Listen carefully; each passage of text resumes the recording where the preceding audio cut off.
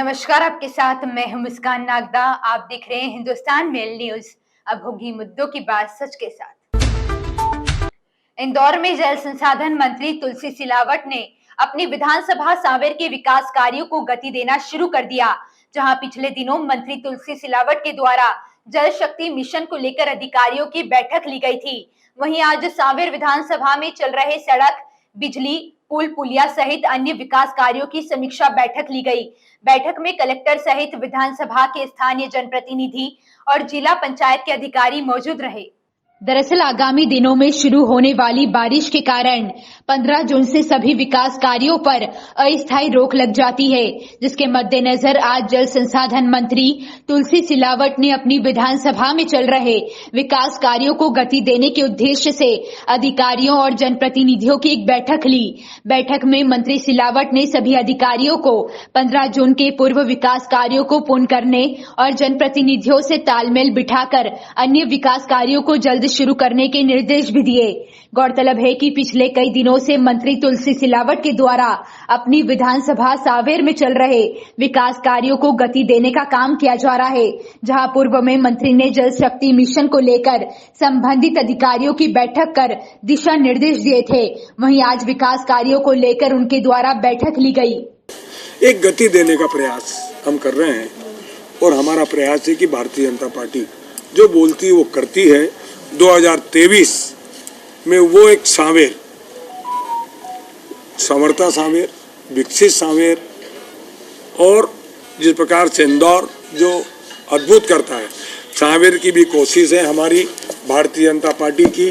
2030 जो विधानसभा है उसमें सबसे मॉडल विकास का, प्रगति का, उन्नति का वो सांवेर होना चाहिए लक्ष्य। अच्छा, जब फटकार भी आपने लगाई है, नाराजगी भी जताई है कि काम एक बात सुनिए, आप कोई भी अधिकारी जो काम में लापरवाही करेगा उसको बर्दाश्त नहीं किया जाएगा। इंदौर में लगातार गर्मी के तेवर को देखते हुए कलेक्टर ने स्कूल में लगने वाली कक्षाओं के समय में परिवर्तन किया गया है, जिसको लेकर कलेक्टर ने सभी निजी और शासकीय स्कूल को आदेश जारी किए।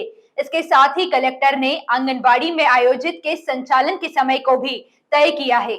दरअसल पिछले कुछ दिनों से शहर में मौसम के परिवर्तन का दौर लगातार जारी है। वहीं पिछले कुछ दिनों से सूरज की तेज तपश भी लोगों को परेशान कर रही है। ऐसे में लोगों का दोपहर में अपने घरों से निकलना भी मुश्किल हो गया है, जिसको दृष्टिगत रखते हुए कलेक्टर ने जिले के सभी स्कूल और आंगनबाड़ी के लिए समय का निर्धारण किया है, जिसमें जिले में सभी निजी और शासकीय स्कूल सुबह 7 बजे से 12:30 बजे तक संचालित हो सकेंगे। वहीं इस आदेश में निजी और शासकीय स्कूलों के साथ ही आंगनबाड़ी भी शामिल है। वहीं इसको लेकर कलेक्टर के द्वारा आदेश भी जारी किए गए हैं। स्कूल्स है ना, वैसे ही खत्म ही हो रहा है। 1 वीक के बाद है ना समर वेकेशन शुरू हो रही है। बहुत सारे स्कूल्स ने डिक्लेयर भी किया, बट फिर भी अभी थोड़ा सा गर्मी ना बढ़ रही है, इसलिए मतलब मॉर्निंग में ना 7 o'clock से लेकर 12:30 के बीच में स्कूल्स लगाने के लिए आदेश जारी किए। मध्य प्रदेश के हृदय स्थल इंदौर में सभी समाज जन द्वारा सौहार्द और एकता के साथ सभी त्योहार बड़ी धूमधाम से मनाए जाते हैं। इसी तारतम्य में दक्षिण भारतीय संस्कृति संघ का 67वां स्थापना दिवस मनाया गया, जिसमें मुख्य अतिथि के रूप में पुष्यमित्र भार्गव द्वारा पत्रिका का विमोचन भी किया गया। इंदौर में दक्षिण भारतीय संस्कृति संघ के द्वारा अपना 67वां स्थापना दिवस मनाया गया। यह कार्यक्रम सिक्का सभागृह गांधी कॉलोनी में संस्था के अध्यक्ष बी बाबूजी और सचिव श्रीमती राजेश्वरी अश्विनी की अध्यक्षता सहित मुख्य अतिथि के रूप में पुष्यमित्र भार्गव द्वारा शिरकत की गई। कार्यक्रम में विशेष रूप से कर्नाटक संगीत समारोह की तर्ज पर आयोजित किया गया। इस मौके पर संस्था द्वारा पत्रिका का विमोचन भी किया गया। संस्था के अध्यक्ष द्वारा बताया गया कि संस्था प्रदेश सहित इंदौर शहर में कई सामाजिक कार्य कर रही है, जिसमें शैक्षणिक संस्था से लेकर अन्य कई सामाजिक कार्य सम्मिलित है और इसी तारतम्य में शहर के तमाम खेल आयोजनों के विजेताओं का भी कार्यक्रम में सम्मान किया गया है। सिक्का का 50वीं golden jubilee celebration group of institution का हम आयोजित किया है इस साल, और सिक्का एसोसिएशन का, साउथ इंडियन कल्चरल एसोसिएशन हमारा पेरेंट बॉडी है, उसके अंडर है ये सिक्का इंस्टीट्यूशंस तीनों जगह चल रहे हैं 5478 निपानिया में। आज स्थापना दिवस है सिक्का एसोसिएशन का, उसमें एक संगीत का आयोजन किया है तमिलनाडु से आर्टिस्ट आए हैं। कर्नाटिक म्यूजिक संस्कृत भाषा में भी है, तमिल में भी है, तेलुगु में भी है। देवी अहिल्या विश्वविद्यालय के सप्ताह की शुरुआत हंगामे से शुरू हुई। मुख्य एटीकेटी परीक्षा पर एक बार जांच कराने की मांग को लेकर छात्र नेता के साथ छात्रों ने देवी अहिल्या विश्वविद्यालय पर प्रदर्शन किया, जहां विद्यार्थी अपनी मांगों को लेकर विश्वविद्यालय पहुंचे। छात्रों ने थाली बजाकर विश्वविद्यालय के नींद में सोए प्रबंधन को जगाने का प्रयास किया। डीएवीवी के आरएनटी मार्ग परिसर में 50 से अधिक छात्र छात्राओं के प्रदर्शन की जानकारी मिलते ही इंदौर के ग्वालटोली थाना से पुलिस बल भी मौके पर पहुंचे। प्रदर्शन कर रहे विद्यार्थियों ने विद्यालय पर एटीकेटी दिए जाने के संबंध में आरोप प्रबंधन पर लगाए और अपनी आवाज बुलंद करते हुए कुलपति और अन्य स्टाफ तक अपनी बातों को पहुंचाने का प्रयास किया। आज हुए प्रदर्शन में खास बात यह रही कि छात्रों का मानना था कि विश्वविद्यालय प्रबंधन सो रहा है और उसे नींद से जगाने के लिए हाथों में थालियां लेकर प्रदर्शन के दौरान छात्र उसे पिटते नजर आए। 1 घंटे से अधिक चले इस प्रदर्शन के बाद कुलपति, रजिस्ट्रार और परीक्षा से संबंध रखने वाले अधिकारियों ने छात्रों से मुलाकात की। हालांकि इस दौरान प्रदर्शनकारियों और कुलपति के बीच तीखी नोकझोंक भी देखी गई। छात्रों से मुलाकात के बाद कुलपति ने पूर्व में आए परीक्षा परिणामों की कॉपी लेकर इस पर विचार करने की बात कही। सर, मैंने बीएड की जब एग्जाम कॉपी दी थी, उसी चेक मैंने फॉर्म डाला, जब मैंने कॉपी मैंने आपको चेक करी, मुझे विश्वास बिल्कुल नहीं हुआ। मेरी कॉपी इतनी गलत चेक करी सर उन्होंने। जिस कॉपी में टोटल राइट करा हुआ है उसमें मुझे 00 दिया, जिस कॉपी में टोटल क्रॉस करा हुआ उसने मुझे 20 नंबर दिए। कॉपी चेक करने के बाद भी, रीचेकिंग करने के बाद भी, एटीकेटी एग्जाम देने के बाद भी मुझे मेरा नंबर सेम है, टोटल 0 लिखा हुआ है और एक सब्जेक्ट में 20 नंबर लिखा हुआ है, कोई बदलाव नहीं आया। अभी आप क्या चाहते हैं? मुझे मेरा इंसाफ चाहिए बस। तो उनका जब रिजल्ट निकाला गया तब उसके बाद उनको जो मार्कशीट दी गई है वो भी फेल की ही दी, क्योंकि दोनों अटेम्प्ट वो ले चुके थे। अब उनका कहना है कि जो अटेम्प्ट था ये स्पेशल एटीकेटी थी, इसको काउंट ना किया जाए, लेकिन ऐसा बिल्कुल भी नहीं है। वो तो सिर्फ थोड़ा बाद में होती तो उसको उनकी विशेष मांग पर जल्दी करा दिया गया था, जिससे कुछ बच्चों को फ़ायदा हो जाए। लेकिन क्योंकि वो ऑलरेडी सप्लीमेंट्री वाले थे तो रिजल्ट में बहुत ज़्यादा उम्मीद तो नहीं थी चेंज होने की, फिर भी 50% रिजल्ट निकला था।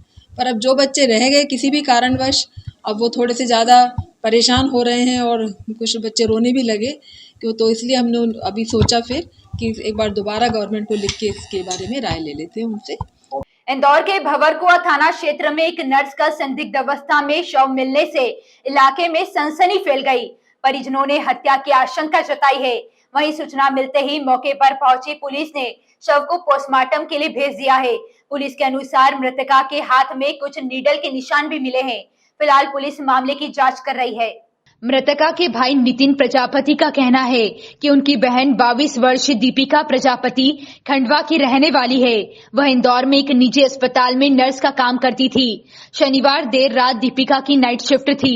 वह नाइट शिफ्ट करने के बाद अपने अस्थायी घर तेजाजी नगर के लिए लौट रही थी।